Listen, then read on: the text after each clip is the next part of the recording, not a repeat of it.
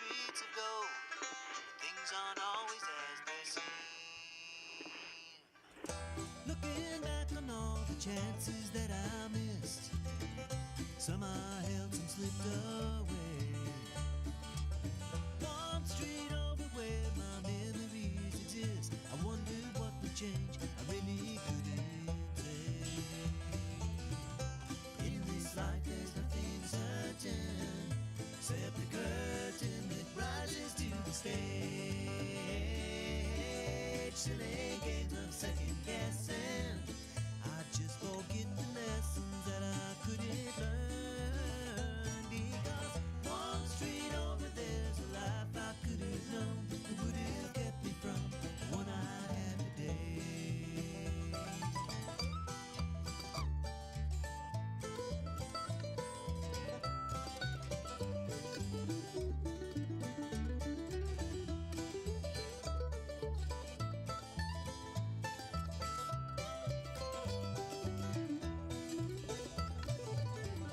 Times gone by, I've traded like dirt into clay. I thought my memories would end. One street over's now 1,000 miles away. When I close my eyes, I'm back to where I've been. In this life there's nothing certain, except the curtain that rises to the stage. Silly games of second guessing, I just forget the lessons that I couldn't learn. Because one street over there's a life I could have known that would have kept me from the one I had today. Hello, good morning. This is 1100 WSG. I'm U-Turn LaVern, and this is One Street Over. You know what we're doing here. If you've been here for a while, you know we're just checking out and seeing what's going on one street over from where you live in. And today, this is Principal Day. We get to talk to all the principals around the county. Jim Bellis, our communications director of Robertson County Schools. You know, it's so fun being a part of this family. I love being part of the Robertson County education family. I mean, it's been such a blessing. Brooke Callis is here with me today, and she's part of our Greenbrier family. She is the principal of our Greenbrier Elementary, and just so glad to have you in. How are you doing? Good to be here. I'm good. It's just really well. we're going to be 70 degrees today, they say. It's about time. I've got layers on that I can, you know. It's about time. I might be the only principal who hates snow because I hate cold weather. So yeah, I'm glad it's over. I like all the seasons. Yeah. We go up north where my husband's from, you know, to experience the snow, and they have lots and lots of it. If you look at my social media page, you will see that's a picture from where we were around New Year's, and it was lots of snow. And then we came home, and we thought, oh, we might get a little bit. And then we got 2 weeks. I was about to lose my mind. I can't. I got out and did all this. Oh, it was so cold. It was terrible. It was just, we couldn't get anything. And we thought, okay, we're home for 2 weeks. We can get some stuff done. We couldn't get anything done because if you stepped off your porch, you're going to break your neck because it was so slick. Exactly. It was crazy. But anyway, we're back in. It's 70 degrees. The daffodils are blooming. We're into March. We're we're 7 days, 8 counting today before spring break. Yes. My kids do your kids just kind of get bouncy off the walls at this point because they know spring break's around the corner here? There's that. There's the full moon, the lunar eclipse, the planet alignment, whatever you want to call it. It's all the things happening right now. Everything. Yes, You definitely. can just imagine what it's like in the classrooms. And I love my kids so much. We have so much fun. But some days I'm just like, please be quiet. My poor husband. God bless him. He just saw the need. He's driving a bus. He was the safety coordinator for the buses before he became criminal justice teacher at Springfield. Well, he just knows they're just desperate for bus drivers. And so he's like, okay, I'm going to take on a bus route. Well, so he picks up middle school kids at 5:45, delivers them to Coopertown. Then he picks up the high school kids, takes them to school with him. And then he teaches, you know, for 3 classes. And then he pops back on the bus and goes and gets the middle school kids, takes them home, and gets high school kids, takes them home. So his day goes from 5:45 to 5. Sure. It's a long day. Mm-hmm. But we get the breaks and stuff. And so he's like, yeah, I can do it. But he was like, man, last night those kids were so loud on the bus. And he goes, he goes, they just were going stir crazy. That's right. And it's just, it's the, like you said, it's Ready. all the things. But it's like this morning, he goes, we just had to talk about it. And he was like, he goes, I don't know why. They're just so wild again. And I'm like, spring break. That's right. Full moon, all the things. right. And so, and plus too, he had come up on a car accident or something. And when you're just sitting there, the kids are like, what's going on? Anyway. Yeah. But Sure. anyway, we're having fun. We're just, and when right. we get back from spring break, it's going to be almost over. Oh, but we have so much to do between I now and know, then. because we missed 2 weeks of school. Yes. What did that do to your schedule Oh, my in the goodness. elementary? I can't even imagine because of the testing, especially Yes. for third graders. Yes. So it did. We did push TCAP back. I'll say the state pushed TCAP Yes. back a week. So I'm interested to see how scores come back in time for that because Yeah. it's not a real timely process. Yeah. So I don't know. We're just going to do the best we can when That's it all comes we to can do. that. We've made adjustments in things we're doing in the classroom, things that we can push back, things that have to be done prior to, and we're just going from there. What would you say to parents as far as this crucially need to get your kids to school because they already miss so much? The attendance, Dr. Osborne and I talking about this Absolutely. yesterday because attendance becomes an issue when kids want to go on field trips, Sure. and you've already missed so much. What would you say to the parents? Please just bring them to school. Yes. Like, just bring them to school. Short of them having a fever or being right. We don't actively want that. sick, Yeah. just bring them. I mean, I actually had a conversation with my daughter this weekend who said I was one of those parents that was a suck it up parent. Oh, I like, was you're going to too. go to school no Yeah. matter what. And Suck it up, Buttercup. yeah, I have many stories where I have said that, and so I just bring them. You've got to get them there somehow, some way. It's crucially important because we did miss that 2 week period, and so we are just kind of treading water, trying to find our feet again. So we're definitely we definitely need them to get to school for sure. Our attendance rates are pretty good. I will say my assistant principal and my attendance clerk both work really, really hard with parents, along with our district social workers, to make home visits and things like that. And so just making phone calls, I jokingly say parents don't want to hear from my assistant principal because then they know, I know, I've got to get them to school. I've got to get that doctor's note in. I've got to get it excused. And I don't think people realize how we're held accountable at the school level for attendance. Right. In a way that is very similar to test scores. We're held accountable for things. And a lot of times, like especially with elementary, it'll be things that the child can't necessarily control.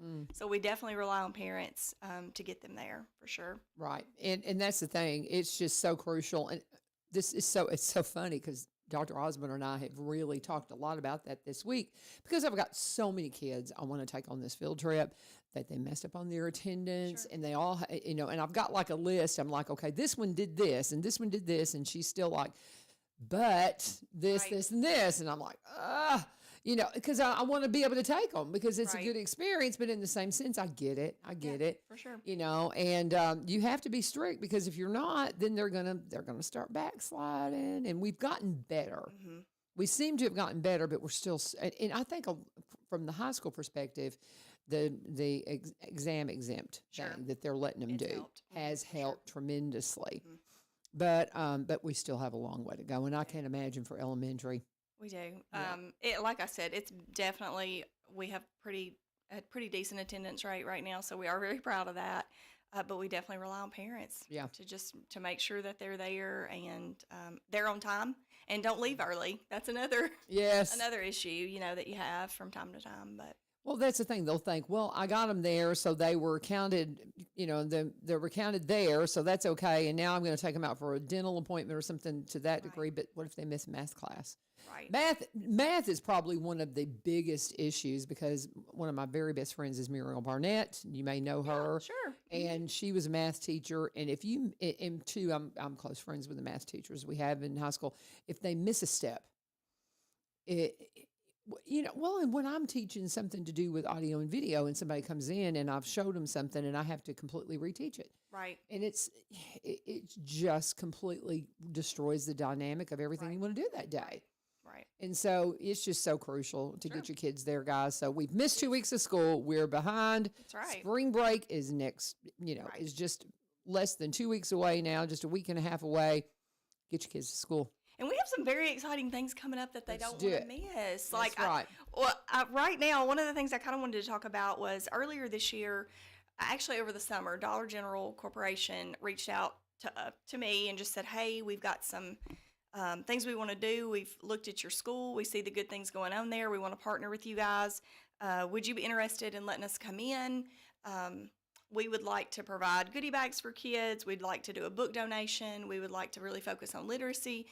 We'd like to provide teacher treats. I was like, sure. I mean, community partnerships are great. So I'm like, absolutely. So we set a date for October 1st. I kind of put it in the back of my head, like, okay, this is coming. I know it's going to happen. We talked a little closer to time. Victoria Morrison and I, who's from the Dollar General Corporation, talked a little bit closer to time. And she was like, we'll be there. You're going to read to our first grade team of kids. It's going to be great. I'm like, wonderful. Okay, this is going to be great. So they come in, they have goodie bags for every kid in the school. They had partnered with Kellogg, so they had lots of healthy snacks. They had lots of things kids like too, like Pop-Tarts. Yeah. They had all kind of goodies there. They ended up donating over 600 books to our school. They gave every teacher a $25 gift card, and they really surprised us because they brought us a $50,000 check. So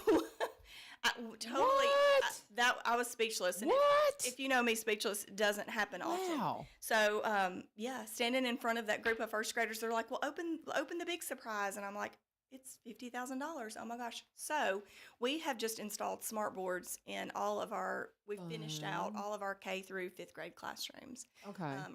They all have a smart board. Actually, it's this week. We started at the end of last Fun. week, so we're very excited about that.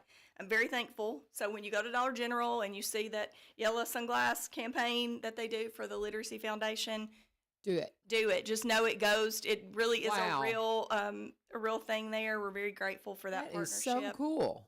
It was very exciting, and to be able to see that money be put to use for something that we've wanted to do and had started slowly implementing already, but they're expensive. Oh, yeah. You can't buy those just Yeah. quickly, and so we're very excited to have that done. That's and so cool. But yeah. man, what a fun sure. surprise. I have $50,000. Yeah, I hadn't heard that. I had not heard that. It was amazing. It was absolutely That amazing. is so cool. Little plug for that. And, if they reach out to you and want to do something for your school, you don't say no for sure. I would love to do something on that in our newscast, and just because you're part of our Greenbrier family, Yeah. and if you think about it, if you, Sure, and I know you're busy, absolutely. send me a couple of lines about what they did in the surprise and what you Sure. did with it, and just a reminder. I would love to include that as just a little be human great. interest thing. I can put one of the kids on putting that together.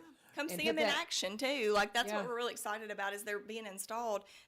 These interactive whiteboards allow teachers so much more freedom and so many more things they can do as far as having a student. We're really big on displaying student work.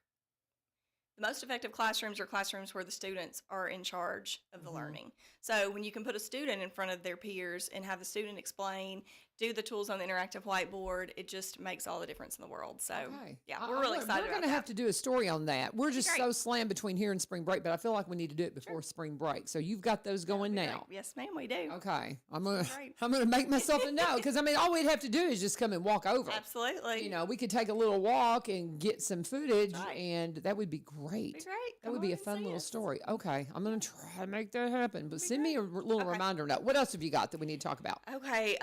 Right now we're in the middle of benchmark assessments, which Of is course. our Yep. big push to get ready for TCAP, just to see how students are going to do on that. So that's really big. We do have a couple of big events coming up in the spring. Night of the Arts is one. That's like our art fair and Bobcat Beat concert together. That's actually tomorrow night. What on is the the 5th. Bobcat Beat concert? I like the sound of that. So that's our 4th and 5th grade students. They are chosen partially by the music teacher, but you sign up for this opportunity, and a lot of our kids will watch from the time they're in kindergarten. Big brothers and big sisters that are doing this, and then they have after school practice, and so it's a choir for 4th and 5th grade students who really Fun. enjoy that. Yeah, so Very cool. they're performing. Our art show is that night. And then the next week is our father-daughter dance, which is also a really big deal. We look forward to that every year. So we're Okay, a so lot of big things going on. So recap the dates for Sure. me because I would just to remind. So the Bobcat Beat is That art show, Night of the Arts, is the 5th, so tomorrow night. tomorrow night. Yes, ma'am. And next week before spring break is your father-daughter yes, dance. on Tuesday, Okay. Tuesday night is our Tuesday night. father-daughter dance. We had a mother-son night already because we a lot of times hear like, well, what about moms and sons? I'm Yeah. like, well, we had a mother-son kickball tournament back in the fall, which was a Oh, lot of I'd have fun. been all over that. They, I'm a boy mama. they I loved got it. 4 boys. I'd have been like, yeah, It was really good. It was our first Yeah. year to do that. that's fun. We have an amazing partnership with our PTO that puts on all these events for us, and so it's really nice. So those 2 things coming up, and I also want to plug, of course, the job fair on March 31st. You mentioned your husband driving a bus.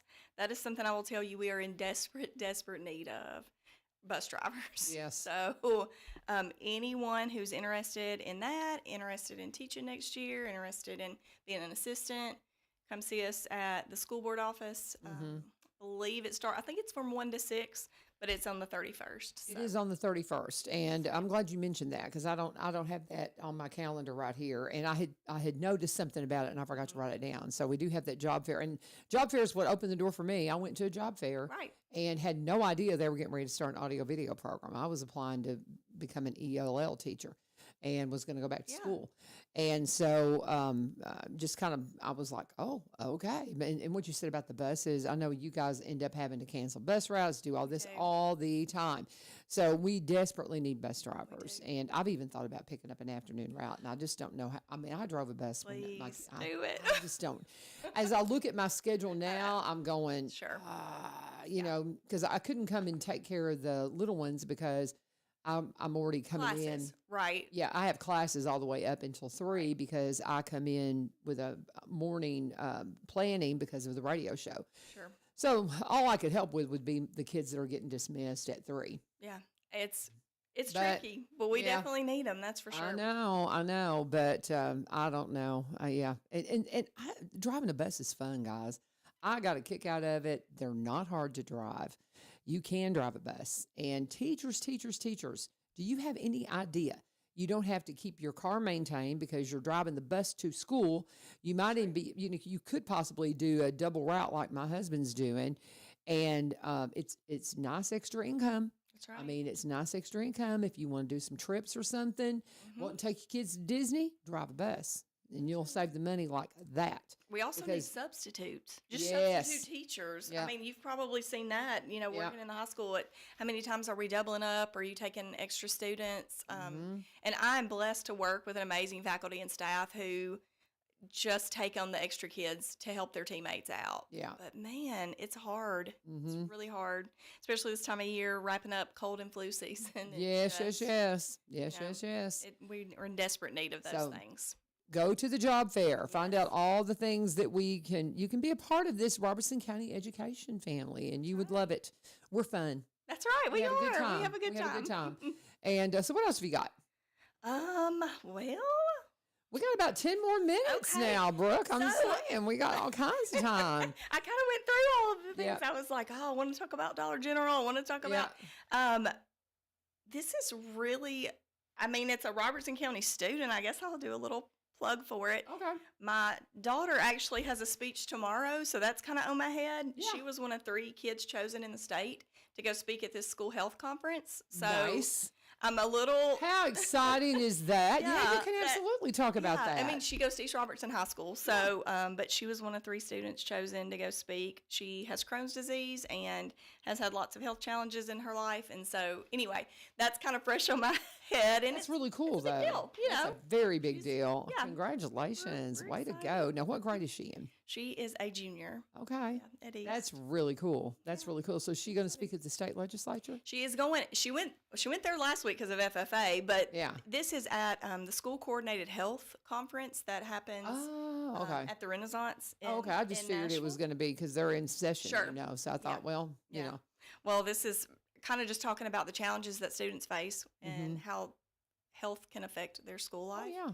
So that's pretty neat. Well, I mean, any kid that has any kind of, I've got kids probably diabetics are probably the most common. Sure. But I'll have a kid come up and go, Miss Vivio, my blood sugar. And I'm like, go, do Right. whatever, you know. Absolutely. You got to, you know, because I mean, that's, you know. And I will put in a huge plug then, too. Robertson County is also very blessed, and I can't say this enough, to have a school nurse in every building. Every school. We were looking up statistics on that last night. Only 67% of Tennessee schools have that. So you're looking at a little over half. And definitely from my daughter's journey, and it's funny that we were just discussing last night because as we were going over her speech, you know, she wanted to talk about our school nurse who she had when she was in elementary school, Nurse Jennifer Bell, who's been at Greenbrier Elementary, you know, for a number of years. And so she made a huge impact on her life, as did Casey, Nurse Casey, who's at Springfield High, and then there's Nurse Rachel at East, like just all these ladies. All these different ones, who have just, in a way that we, you know, don't always get to see. Parents in the community don't always get to see.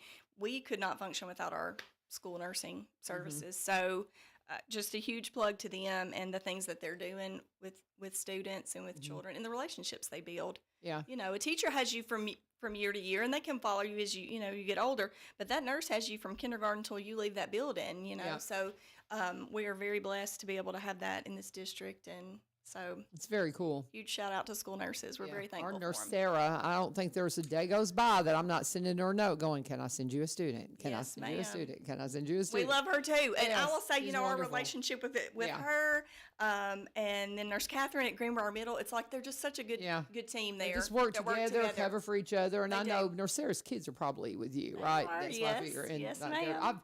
those girls now, because I'm just finishing my 4th year teaching, and to see, I mean, they were just little bitty, and now all of a sudden they're just like grown, almost young. exactly. How old are they? They're in 5th grade. They're in yes, 5th grade. This is so our it last year. won't be, So they'll go to the middle school. They will. Okay. Well, that's the thing. I keep thinking about you're not in walking distance. Middle school's right there by me. Yes. So we can't walk to you. You We'd could. have to. It would take be you a minute.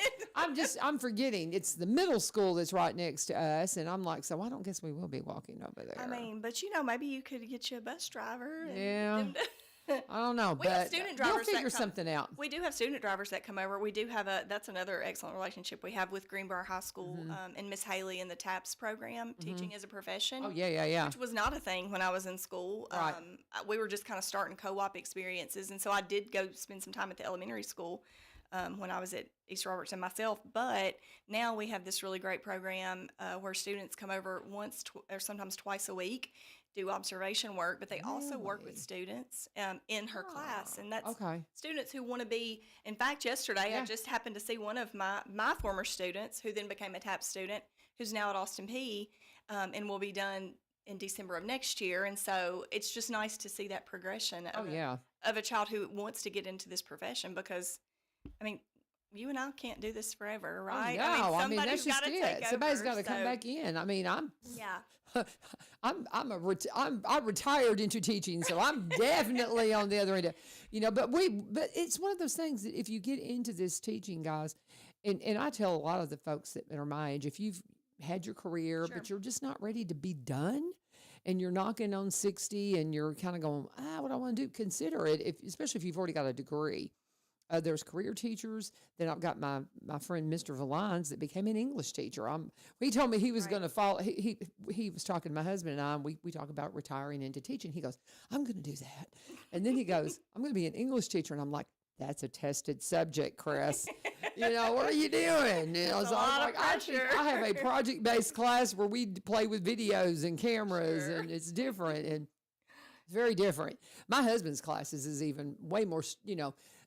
There's a lot more academic application. Right. Mine is, we're just running all over the place. And so, But look at what you're doing as far as like steering a kid toward a career path, possibly. Like, I think that's a huge, like in talking about the TAPS program, look at how many kids we're bringing in to see, is this really what I want to do before I go to college, before I go down a career path? Exactly. And it's great to have those partnerships with, you better with our believe it, local high schools. Well, and what you were saying about teaching as a profession, they've even got the Grow Your Own program. Yes. That's been amazing. Yes. I have watched a couple of kiddos come through ours, and they're already, it's the how quickly they are ready to go into the classroom, and they're paid as they're going to school. You talk about an opportunity. It's a huge opportunity. We have, oh gosh, right now, how many do we have in our building?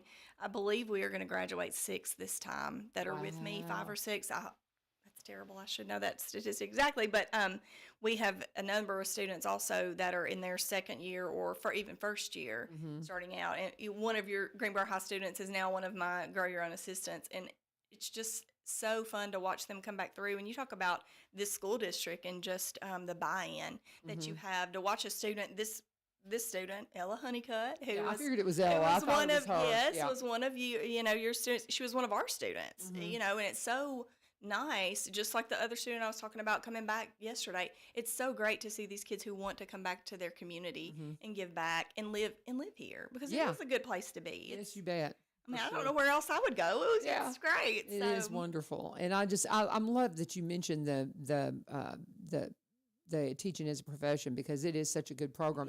And I will be approaching Miss Haley to get me some footage of you with your boards because we can use that in our news. So I will be getting on her. I have to give them all instructions on don't record this way, record this way because everybody's so used to recording for clips for their phones. I'm like, I need it this way. And if you're just listening, I'm talking about when your phones are excellent when it comes to media recording, but when you record it straight up and down portrait, that's not what we need for film editing. Right. We need it sideways landscape. So I'm just kind of describing it for those who don't have the visual. We've got just a few minutes before we finish up, but we've got Miss Jennifer Hayes coming in from Cheatham Park. Yes, ma'am. And so she's on deck next, and but we're going to finish up our time here with Miss Callis. She is Brooke Callis. She is the principal. How long have you been principal at Greenbrier Elementary? I have been at Greenbrier for 13 years, and this is my 8th year as the principal. Okay. I was assistant principal for 5. Okay. I think I have that right. Okay. This is my 23rd year altogether. Okay, so where were you? So to unpack for everybody in the last couple of minutes, what's been your journey in education? Well, funny enough, I actually started at Cheatham Park as a CDC teacher. Special education is my background. Oh, God bless you. So what a calling. Well, it's so beautiful. But I like to tell people my students had a reason. Yeah. For some of the things they did. But so I was there, and then I went to Watauga and taught resource for 7 years. Okay. And then I went to Greenbrier, where I started as a part-time assistant principal, part-time intervention teacher for a year. Okay. Probably the hardest thing I've ever done, 2 jobs at once. Oh, I bet. And then I've been there ever since. Okay, very good. I forgot to ask you that. We because she's at Greenbrier, we're just like, and we're talking shop because we're all that community. So I got a little distracted, but we got through it all. Right. Anything else we need to talk about? We've got Jennifer just hanging out. She's about ready to pop in here, but and she can pop on in if she wants to say hi. You can come in and say hi. Y'all are friends. Let me tell you how good friends we So are. okay. I love it. Y'all are so cute. But we've just got such a great family here in Robertson County, y'all. You just missing out if you're not a part of it. But anyway, well, I'll let y'all say bye to each other, and I'll do my commercial while y'all say hello and bye, and then y'all can switch seats. Thank you so much, Brooke. God bless y'all. And again, that was Brooke Callis. She is with Greenbrier Elementary. We've got Jennifer Hayes coming in from Cheatham Park, another elementary school. But while we're getting ready to make that transition, let's talk about Barry and Rebecca Richards with Exit Prime Realty. I had the great pleasure of being able to hang out with them and sit with them at the Open Door Pregnancy and Resource Center dinner. It was absolutely wonderful, and it was so cool because Barry, his Big Screen Productions company. He and Catherine produced it, and then did the interviews and stuff. And of course, Barry did the recording and did all the things. But Big Screen Productions, they were in charge of the video that we were able to see that shared testimonies and amazing stories of lives changed at Open Door. And I continue to share that because Barry and Rebecca, they're so involved in the community. I see them everywhere. And if I have something that I need to be a part of that's a fundraiser or a community event, I can call them and say, hey, why don't you come? And if they're available, they're there. You're going to find them if there's a community event going on. They're going to have a little tent set up. They're going to be there to meet and greet you and talk to you. And it's a really good place if you've got questions about real estate, just to sit down at their table and talk about the things that you're interested in. I can't say enough about getting a free market analysis on your property. You would be blown away at what your property is worth if you haven't looked at it lately, because property values just continue to rise here in Robertson County. Or if you're wanting to buy, first thing you got to do, guys, if you want to become a homeowner, you got to see how much home you can afford. What area are you wanting to live in? What, do you have some down payment money? Are you considering maybe living across the state line in Kentucky? You can get a little more home for your money up there. It's a little, it's just a little more affordable. And of course, you've got a state that does have an income tax, but that tax is coming down. You need a broker that can handle that deal. Rebecca's office up in White House has a broker that can still broker deals in Kentucky. Those laws have changed, and not everybody can do it. Barry's a broker here locally. He has the local Springfield brokerage office, but together they have Exit Prime Realty, a new branch in the Exit Tree, and they are so suited to help you. They can handle anything and everything that you might need, any question that you might have when it comes to real estate. Again, whether you're buying or selling, maybe you want to be a realtor, they can answer those questions for you and help you navigate those waters. They're going to be in here on the 17th.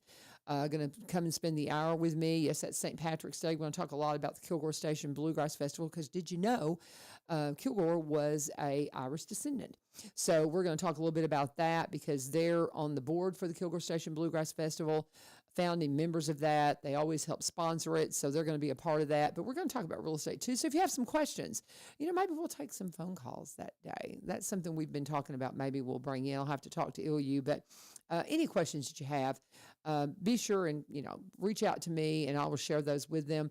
Or, come to the Kilgore Station Bluegrass Festival, be listening to the show on the 17th, and they can help you out in any way possible that you might need for real estate questions. You can give them a call at 615-504-7425, 615-504-7425, or you can go to sellwithbecky.com, sellwithbecky.com, or buy BUI, RobertsonCounty.com. Please let them know U-Turn sent you. Hello. Good morning. Good morning. How are you doing? We've had...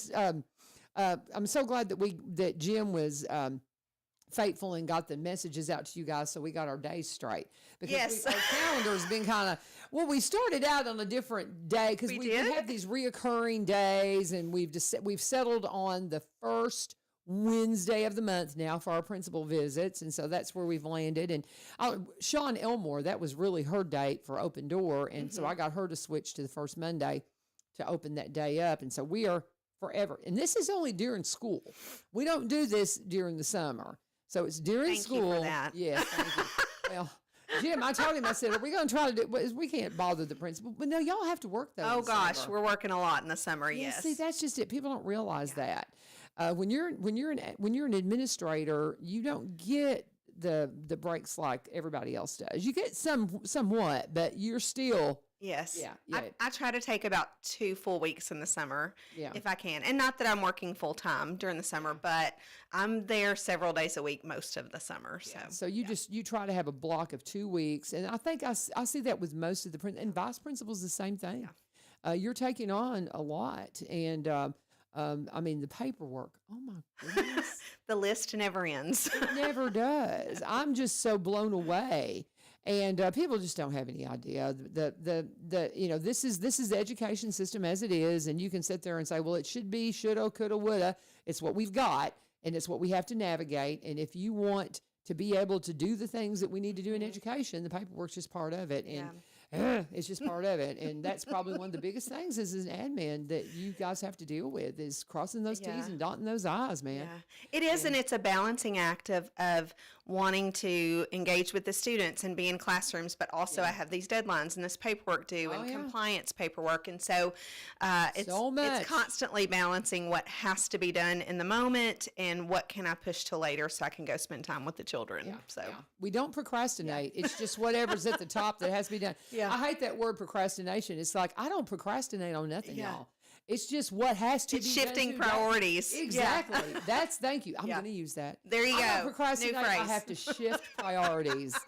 That's what I do. I love that. So the saying in my home is first things first. I have 2 teenagers. Well, one just turned 20 last week, so I guess I can't say that anymore. But since they were little, they've heard me say first things first, and I know that'll be their saying, Mom says first things first, but it really is key in so many areas of life. Yes, it is. I love it. and you just have to adjust and roll with it. But she is the principal. How long have you been at Cheatham Park? This is my second year at Cheatham Park. Okay. Yeah, I actually, with Brooke, I was Brooke's assistant principal at Greenbrier for 6 years. Okay. So listen, if you had us in together, we would have a grand time. We could probably just do the show without you because we have too much fun together. Jennifer and Brooke. The Jen and Brooke show. There you go. We've said when we retire, that's what we're going to do. But yeah, so I've been in Robertson County for, I think this is year 15 in the district. Year 27 overall. But I was at Greenbrier as an admin. I taught at Greenbrier Middle, Greenbrier Elementary as an assistant principal, and then this is my second year at Cheatham Park. Okay, so where were you before Robertson? I was in a neighboring district. Oh, that's okay. I started in Metro Nashville. Okay. Back in 1999, and was able to work in 3 different middle schools in that district, and learned so much. ones? I started at Goodlettsville Middle, Okay. and then I went down to South Nashville and taught at Wright Middle in the Glencliff cluster for 5 years, and then I finished my last 5 years at DuPont Hadley over in Old Hickory. Okay. As a teacher and an instructional coach for math. And then when my 20-year-old started kindergarten, I came to Robertson County to be with Okay. him. So Okay. I'm been at the a great Madison Church of shift. Christ, and so the school's right there. Yeah. We're very involved, and I say we, people in my congregation. When I worked there, I would be a part of some of that stuff, but it's just never been a place.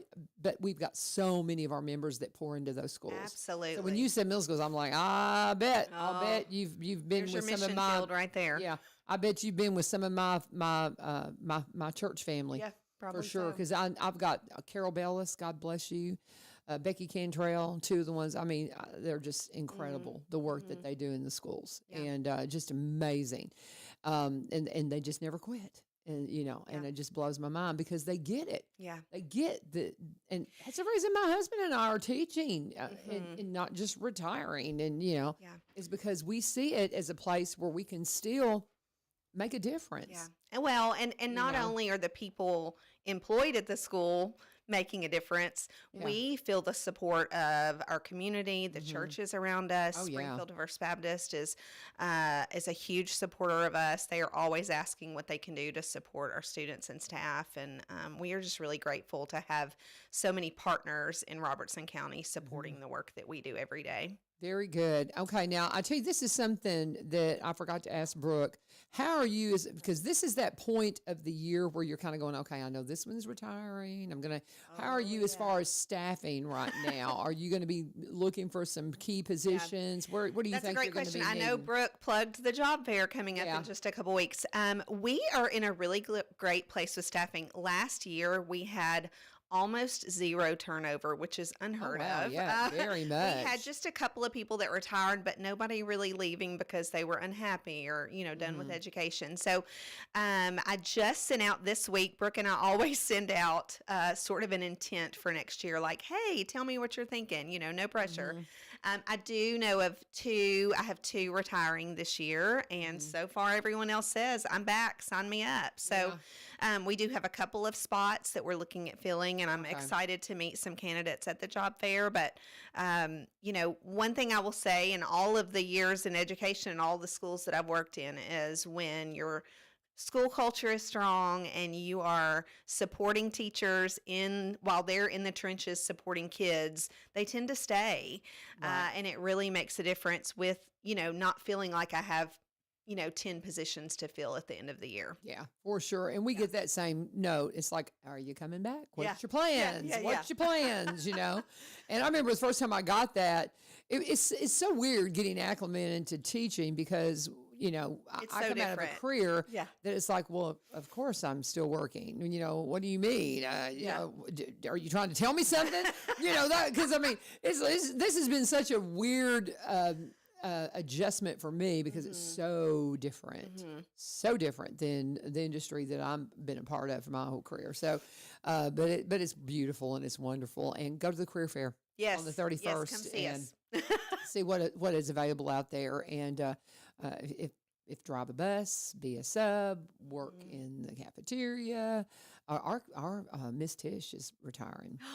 Oh, that's a big. Those are big shoes to fill. Big shoes to fill. She's precious. ran our lunch program Forever. and the kids are all like, Miss Tasha's LaVern, you know. Yeah, they're not happy about it, but they get it, you know. And but nonetheless, she will be greatly missed. And so there's that one, you know. So we, you know, I know of that one. And so get to the job fair. Get to the job fair. What else do you have going on? What grades do you have? So Remind me. We are 3rd through 5th grade. So we're really focused. Our feeder school is West Side. So Michelle Darnell has our K through 2 in our zone, and then we are 3rd through 5th grade, which I really love. My teaching experience was 5th through 8th plus Algebra 1, and so it's just a really sweet spot of they've learned to read, they've learned the basics, and now we're really, enriching. We're at that age where testing begins, and we really can see that significant measurable growth, from month to month and year to year. This year has been a huge year of celebration at Cheatham Park. We found out in August that we were designated a level 5 school with the state of Tennessee. Yes. And so what that means is there's really there's lots of ways to measure schools, I should say that. Right.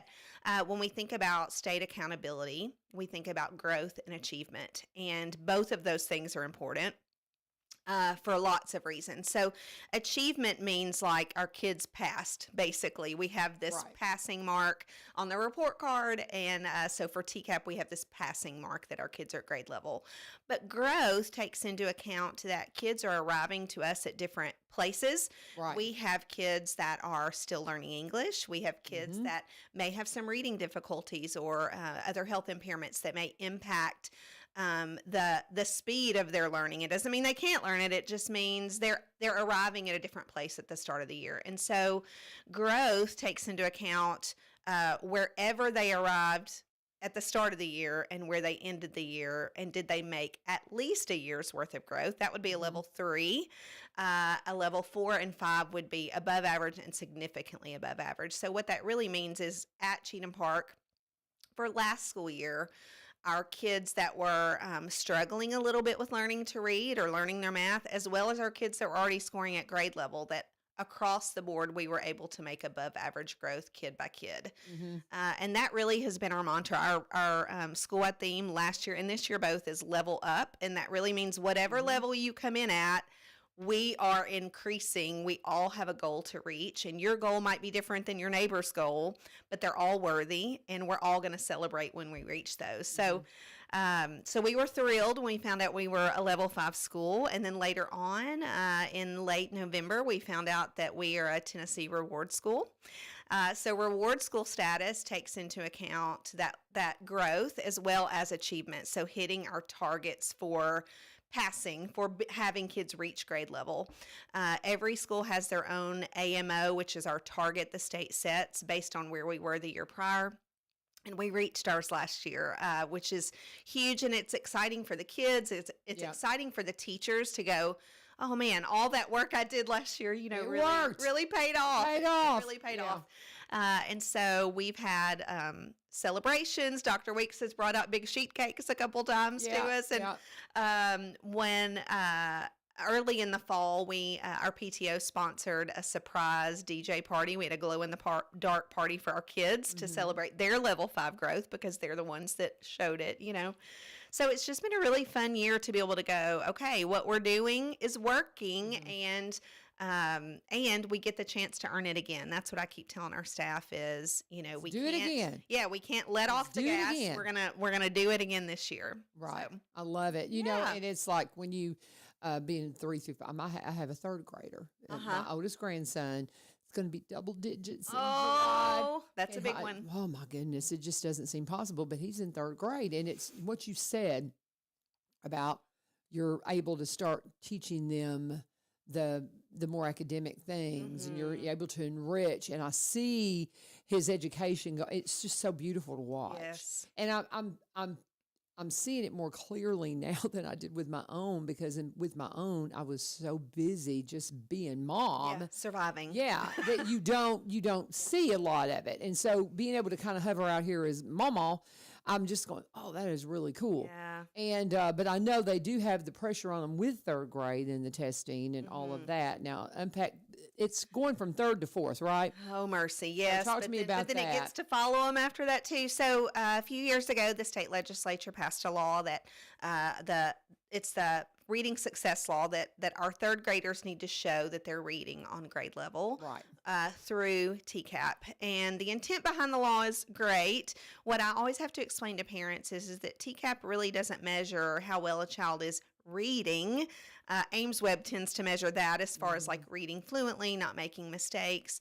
TCAP is really measuring their critical thinking as they're reading. Are they able to make inferences? Do they understand vocabulary and idioms and figurative language? And it's really that deeper thinking with whatever reading, text that they're given. And so as we work with students in third grade, it's not as simple as making sure they know how to read. Right. It's much deeper than that. And so our challenge is to have our third graders test proficient at end of the year TCAP. And that's what Miss Callis talked about. The delay because of snow in our testing window is great. We're thankful for that extra week of instruction. It makes us a little nervous about getting the results back in time because there's so many decisions, especially for our third grade families, that rest on those test results. But we know that not every student is ready. Remember, I said they're all coming in at different levels, and we know not every student is going to be ready to be at grade level. And so the state has provided, sort of checkpoints that we check along the way, and then a what if. So what if they don't pass TCAP the first time? They have an opportunity to retake the last week of school. It's a shorter online test. It is literally typically 2 days before the end of the year, so that's hard to get them back in that mode, when it's kind of like field day and fun times.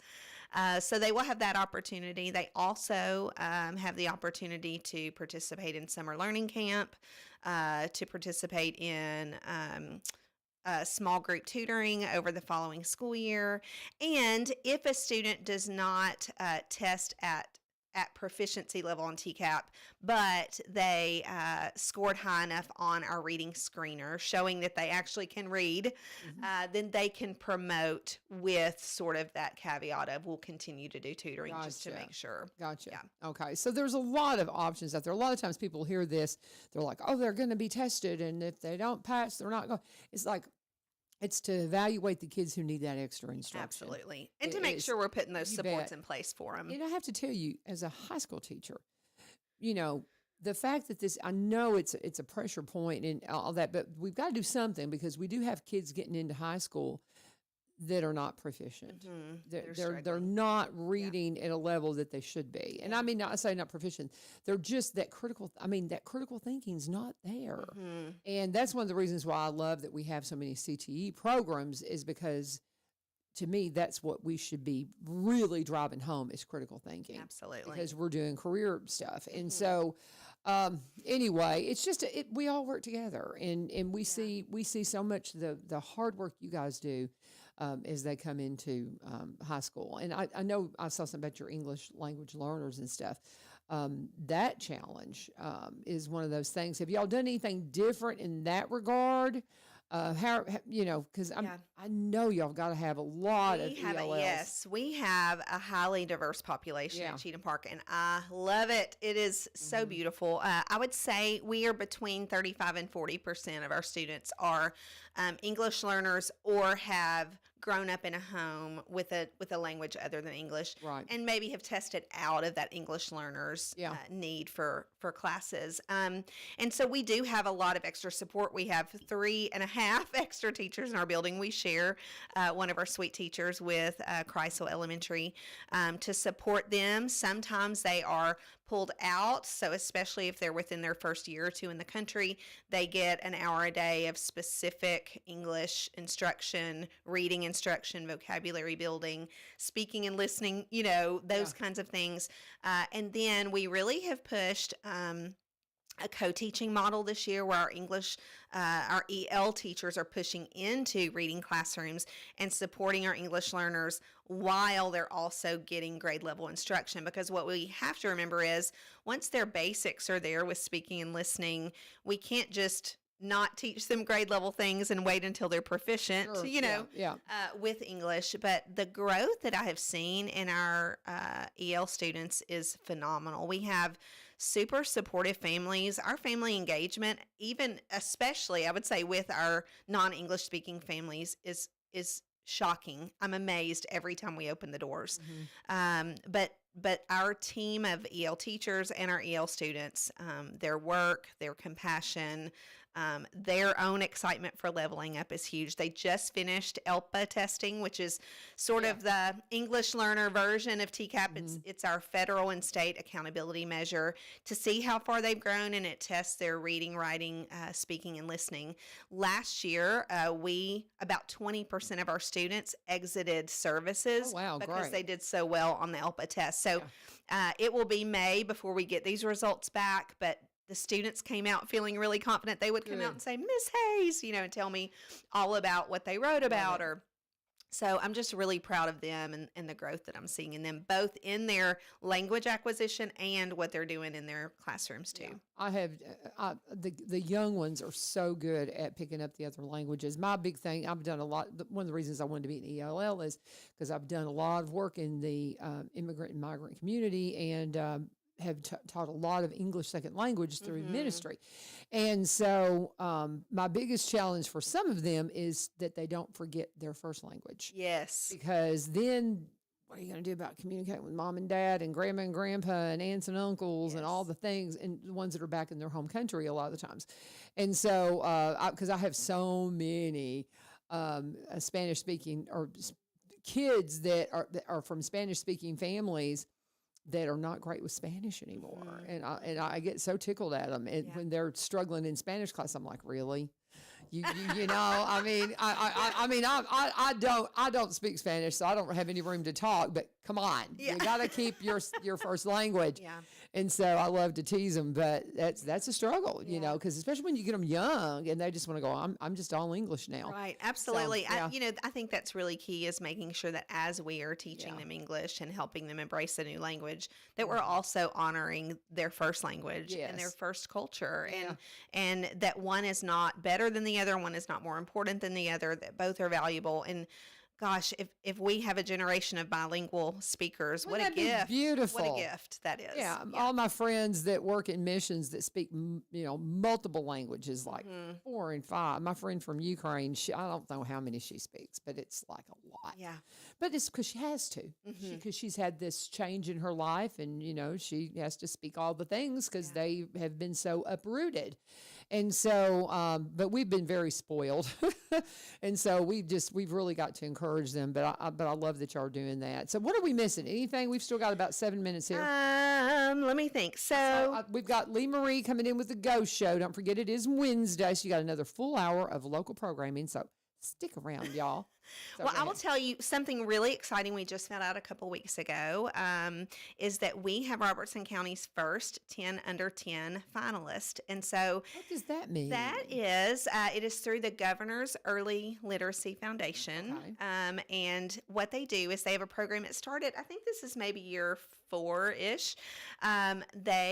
Teachers can nominate third graders across the state who have overcome challenges in their literacy learning. So challenges in home life or in their education struggle. Maybe there was a learning disability or a health issue or an issue at home with family dynamics, but have overcome and really embraced learning, shown great gains in their literacy. And so it's a pretty long nomination we found out this year, but we had 2 teachers that nominated. Joshua, one of our third graders, and we found out 2 weeks ago he was chosen. They chose 10 third graders across the state of Tennessee, and Joshua is one of them. How fun is that? And if you know Joshua, he is, not only has he embraced learning, he's so excited about it all the time. He is such a peer model for the kids around him. Awesome. Joshua is one of our English learners. And so he still is, working on his reading and writing and speaking and listening. But we have seen him this year take other friends kind of under his wing, kids that maybe are brand new to the United States that are sort of in that silent period of, being shell shocked and not knowing what to do. And I can't Joshua on his own will sort of talk to them both in Spanish and English and sort of tell them like, hey, it's okay to hug your teacher, and then the student will come and like give us a hug. Like, it's just really sweet who he is in his nature. And it's not because we're telling him to go do those things. It's just when I think about kids that are deserving of that recognition, he certainly is. And so he'll be recognized at a school board meeting next week. We've got some exciting rewards planned for him over the next couple weeks, but we're super proud of him. And it's just exciting when, great things are being noticed. Yeah. There's a lot of publicity around education, and we're quick to make the news when things go wrong, in general, but it's wonderful to see when the good things also are noticed and recognized. Yes, for sure. Yeah. Oh, I love that. We have a kid like that in our school right now that's just, he's an ELL, but he's brilliant and he's just loves to learn. Larry, I'm talking about you. He's just wonderful. And I love that they're taking note of that. Well, he was one of our students of the month this month, but he's just a firecracker, man. That's awesome. He just drinks it in, man. And I just and I love to see that. Yes. And he's just excited for everything. And it sounds like Josh is his younger brother. I'm serious. As soon as you describe Josh, I'm like, that sounds like Larry. Yeah. And it's just so beautiful to watch, so beautiful to see. So I love it. So Cheatham Park. A lot going on. How many students do you have? We have just under 300. Okay. So we are a smaller school in the district, and I don't mind that. It's great. It helps me get to know the kids more personally. Well, I'm sure. But yeah, we're a smaller building. We're really able to focus in on those intermediate grades, and it's just a really sweet community. People told me before I came to Cheatham Park last summer or 2 summers ago that there's just something about the heart of that building. And, stepping in a new role, there's a little nerves there, like, okay, Sure, I can imagine, yeah. But the commitment of our staff, their love for our students, the way they embrace and support way beyond reading and math and writing and science, but really, it's just a very special place to be, and they choose to be there. They choose to come in and work with our population of students, and it makes a difference. It makes a difference when things are hard, and it also makes a difference when we get these designations and we get to celebrate the great things that are happening. For sure. Anything that we're missing? We've got just a few minutes left. I would say the biggest thing is, for anybody listening, if you have kids that are 3rd grade and up all the way to high school, that it is state testing season, and it is happening April 20th is when our window opens, but that happens in 3rd through 8th grade, and then high school EOCs are happening. I've got a junior, and so she's got testing as well. But, I always say with kids that getting them to care and to try is half of the battle. Like, yes, we have all the teaching to do along the way to make sure they're prepared to do it. But the day of the test, they've got to be ready to actually care and try and show what they know. And so that means like getting them in the right mindset, making sure they're rested, making sure they're at school and, have a positive attitude about what they're doing and getting them to care. I think that's why that's the biggest challenge. Yeah, I think that's why our Level Up theme has been so successful with our kids, is because every kid has their own goal and they know what they need to do to level up. And they know the day of testing, like, if I want to reach that goal and I want to celebrate and I want to get my picture made and be on the board, because we have one of those, then I need to actually care about this test. And when they care, it really is a true measure of what they know and can do. It makes a difference. Yeah. And, this is something Brooke and I were talking about before you got here, is just the importance of with the 2 weeks we missed. As we prepare for testing, you got to get your kids to school. Yes. You got to get your kids to school. And I say that I have a lot to do, but my stuff is not being tested. We've got all kinds of projects and things that we need to work on, and we've got to get finished, and that we've set goals for ourselves. But when it comes to math and English and science and social, all the things that are tested, there's pieces that they're not going to have if you don't get them there. Absolutely. You've got to get your kids to school. If they've got a fever, keep them home. But if you got to get them to school, guys, the attendance is just so crucial right now as they're preparing for the test. And those tests, those matter for our district. We've got one of the best districts around. I put it up against anybody's, but the kids have got to care about the testing, because if they go in there and they're like 0, 0, 0, you know, you can't believe the impact that has on the schools, the entire county. You got to help us with this and make sure the kids understand. And not only that, if the kids aren't, if they're, you know, just bubbling and not trying, it's not a real measure of what they can do. No. And we base so much, not only of our accountability, but our plans for students. So if I read a test result and it looks like the kid doesn't know anything just because they didn't try, I'm going to put all these interventions in place that may not be needed. Exactly. You know, so that's one thing that we tell our kids as well. But yeah, attendance is huge. We tell parents, you know, sometimes a day or two here and there doesn't feel like it's that much, but gosh, it really adds up. If a kid misses a day a month, you know, for the whole school year, that's 2 weeks of learning in that grade level. And so just knowing how that adds up, or like Brooke said, you know, the early dismissals are coming in late. We know sometimes those doctor's appointments are unavoidable, but we also know when it becomes a chronic, more of a habit. And so, you know, I keep telling my teachers, every moment matters, every 5 minutes matters. And as long as we have that sense of urgency and our families and students understand that, you know, it's going to go a long way. For sure. Our attendance is pretty strong at Cheatham Park right now. We've got some illness going around this week. We're all kind of dealing with that right now. But, you know, I would say we have a place where kids want to be. You know, Dr. Weeks, I met with him. Well, we've met several times, but in August, he asked me, you know, what we were doing with our attendance, because it was pretty strong last year. And I said, I mean, we're doing the regular stuff, like, you know, following up when kids are out a lot, but really we're creating a place where kids want to be. Absolutely. And as long as we continue to do that, they're going to make sure their parents are getting them up, because they want to be at school. Love that. And we're working hard, guys. We need you to work with us. Thank you for being here. What's so fun visiting with you. And I guess I'll see you next year, or see you around. But I'll be around. Cheatham Park. So doing a great job. Thank you for joining us this morning. And when we're out of time, Lee Marie's like, LaVern, you're in my time slot now. Come on. Thank you so much, Miss Hayes, and with Cheatham Park. And as I make my way out, we're going to make way for my sweet friend, Lee Marie Astaire, coming in. She's got another full hour of local programming here on The Go Show, so I hope you'll stick around right here on 1100 WSGI. God bless you. Have a wonderful day.